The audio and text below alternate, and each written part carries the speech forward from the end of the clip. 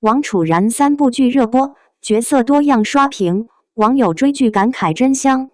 2025年王楚然3部剧连炸，都市甜虐爱情有烟火，撒糖到脚痒，古偶穿越成何体统，宫斗变国风手办，动作传奇风影燃梅香，直接上演女版李小龙。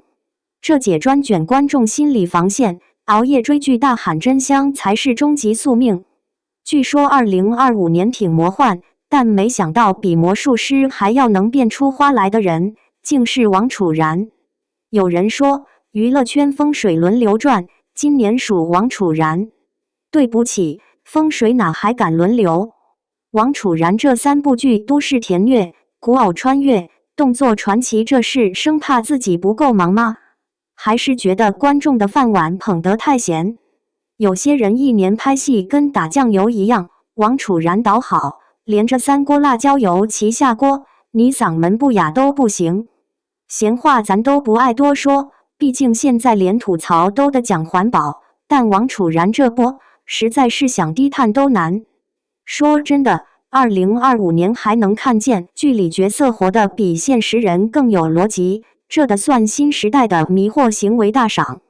以前一说演员突破，明里是演技，暗里是换老板，观众看的是烟雾弹。现在王楚然人设脑洞都换着花整，爱情有烟火，合租变同居，这糖撒的让我一个糖尿病预备役闻着都脚痒。别说新时代大女主了，这分明是资本家背后的钝刀社续和房租王者的世纪大和解。试问这年头还有谁没在合租房里练过憋气呼吸？别的不说，现实打工人看了都想举国旗喊一句：权钱自由，爱情也自由，唯独房租不自由。王楚然在剧里演社畜前妃，加班头顶都亮了，工资钱包还瘪着，现实人类10大辛酸，剧里一一盘出来。至于谭健次，人家是隐形富豪，但对方便面气味肺腑厌恶，要说贫富差距，这就是根源。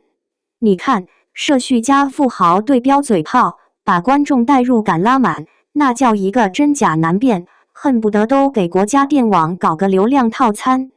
说句夸张的，爱情有烟火的细节糖多到能拉肚子。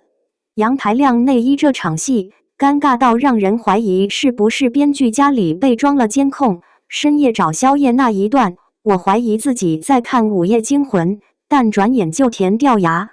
真想问问，国产爱情剧啥时候才能让人不发胖？针对这剧，各大卫视争得头破血流，网友纷纷表示给王楚然跪了，这姐简直就是流量磁铁，不当女主都说不过去。如果合租爱情是当代鸡汤，穿越古偶就是真正的精神鸦片。成何体统，王楚然直接玩穿越梗，演个现代社畜穿成恶毒女配，还兑现暴君。能写出这设定的编剧，肯定平时点外卖都要跟骑手飙戏。女配不是狠就是怂，王楚然偏不按套路出牌，假装宫斗，实则联手搞事，宫里宫外都得卷王炸。要说程磊的暴君人设，去年流行阳刚大男孩，今年直接流行暴躁穿越男。两人秋千吻那个镜头，网上热搜一夜爆表，我一口饭险些没喷在腿上。但谁能想到，剧情刚笑出来，转眼就刀片雨加大暴雪。PPT 奏折汇报笑死人不偿命，下一秒又来了 CP 相杀虐心。这剧估计是《甄嬛传》观众长大后必须进阶的项目，谁还没点精神分裂症的体验呢？衣服道具搞到极致，敦煌风硬让王楚然变身国风手办，网友评论求同款，连马云都表示心动。这一出成何体统，证明了什么叫服化道是第一生产力。说完甜的虐的，是时候上点硬菜了。风影燃梅香干脆不装了，女杀手和将军2个灵魂共用一个壳，这设定让我想到三生三世都的朝圣，浪漫可以有，但分裂人格是标配。王楚然打戏亲自上阵，片长5只看了都犯密集恐惧症，红衣执剑，武林大会直接改口叫女李小龙。这年头，女主们都得拿命换数据，男主随时全体沦为苦情工具人。李弘毅演的战损将军，那妆都把人杀麻了。我本来没对他颜值抱期望，结果这一脸伤，倒更合口味了。还得说说命里逃不过的三角恋。延安饰演痴情竹马，观众齐刷刷倒戈，知乎话题炒上几千楼，堪比金融大盘风暴。董璇当反派女 boss， 江一燕跟他飙戏，网友评论区清一色年纪越大越香，小花们看了估计也要心态崩。郭敬明这次端着盛唐美学，宫墙巨美，情感巨虐，连视觉 GDP 都算超额完成。当然，剧能火，光玩命搏命还不够。王楚然最大的本事，还得归结于他选剧的玄学技巧。别家小花还在沉迷傻白甜人设，王楚然已经提前给观众吃透多瑕疵，才更真实。钱飞的狼狈，于婉英的算计，美九的冷脸，每个角色像打工人生活切片，观众带上自己滤镜就能入戏。更离谱的是，这姐的 CP 百搭体质全国通用，跟水组都掺出化学反应，网友都说她简直娱乐圈变色龙，活生生把对家饿成8极拳大师。更不能忽略剧组下的狠活。你看成何体统的敦煌风违章美学，风影燃梅香的盛唐高燃特效，个个都是行走的美术馆。网友顺手截图能做壁纸，制作方要是再良心点，连周边都能出爆款。说句丧良心的话，2025年大家都内卷，卷流量，卷特效，卷颜值，但王楚然这卷法明显高阶，专卷观众心理防线。不怕你不买单，只怕你熬夜大喊真香。当然，有人要问了，这一年王楚然报道没对手，资本宠、平台宠，是不是就赢家通吃了？讲真，做人还是要有点自知之明。我一个盘踞在庙门口的臭狗，都知道股市有风险，娱乐圈更是地板随时塌方。王楚然的3部新作，说到底也是靠角色狠狠立住了人设。观众不傻，流量终究抵不过真香定律。小花们争抢爆款，最后爆掉的多半还是自己的发际线。有人说，看了王楚然2025 3连发，总算明白什么叫演员的终极卷法。和流量比格局，和资本比破防，无一不在碾压竞品。